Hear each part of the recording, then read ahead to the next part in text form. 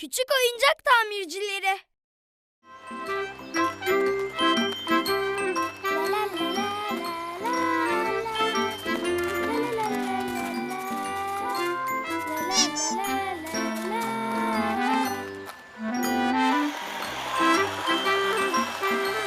Murat'ın arabası ne güzel.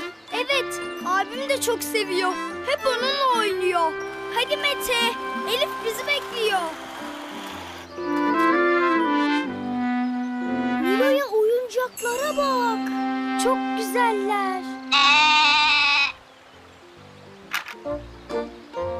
Araba çok güzelmiş. Tekerleği yok ama olsun.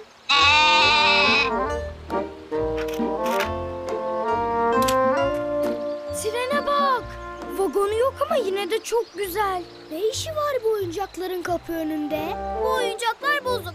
Artık onlarla oynayamıyorum. O yüzden onları bir kutuya koyup dışarı bıraktım. Bozuk mu? Elif, bu oyuncaklarla oynanmaz mı? Hepsi çok güzel. Ama oynayamıyorum. Mesela bu araba gitmiyor. Düştü. Kırık oyuncakları saklamak istemiyorum. Çünkü çok yer kaplıyor. Bu oyuncak araba gitmiyor olabilir. O zaman biz de onu trenle taşırız. Bu çok güzel bir fikir Nilo'ya. Çuf çuf çuf çuf. Trenin vagonu yok. Vagonu olsaydı düşmezdi. Vagonu kırıldı. O yüzden artık bu trenle de oynanmıyor. Nilo'ya bak, ne buldum. İşte bu. Bu kırık kamyoneti trene bağlarsak vagon olur. Artık arabayı götürebiliriz. Çok güzel oldu. Evet, çok güzel oldu.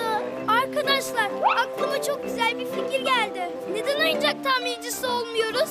Oyuncak tamircisi. Bu harika bir fikir. Tamirci olmayı çok severim. Bence kendimize küçük oyuncak tamircileri diye bir dükkan açmalıyız.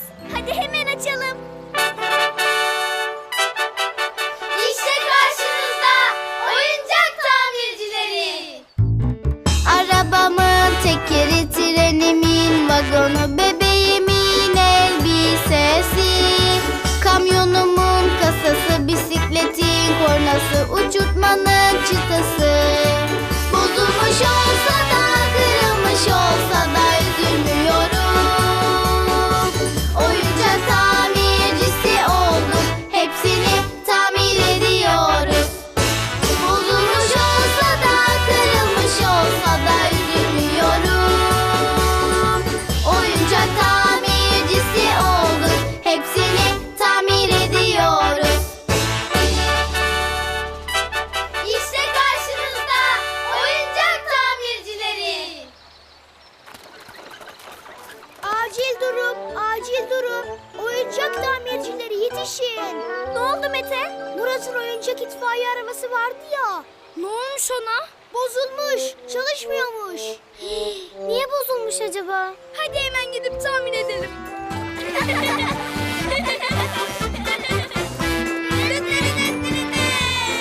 Açılın yoldan. Oyuncak tamircileri geliyor. Açılın yoldan. Oyuncak tamircileri geliyor. Üzülme abi, biz geldik. Arabanı tamir edeceğiz.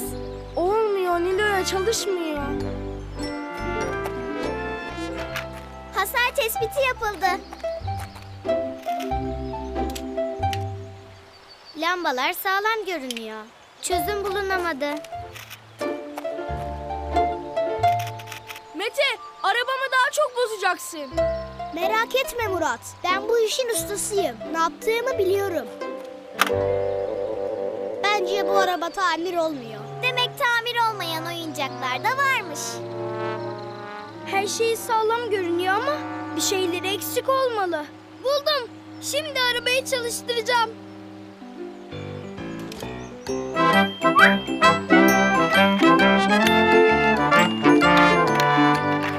İşte çalışıyor.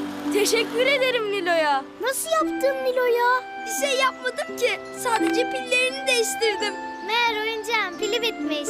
Demek ki her oyuncak tamir oluyormuş. Hadi başka oyuncakları tamir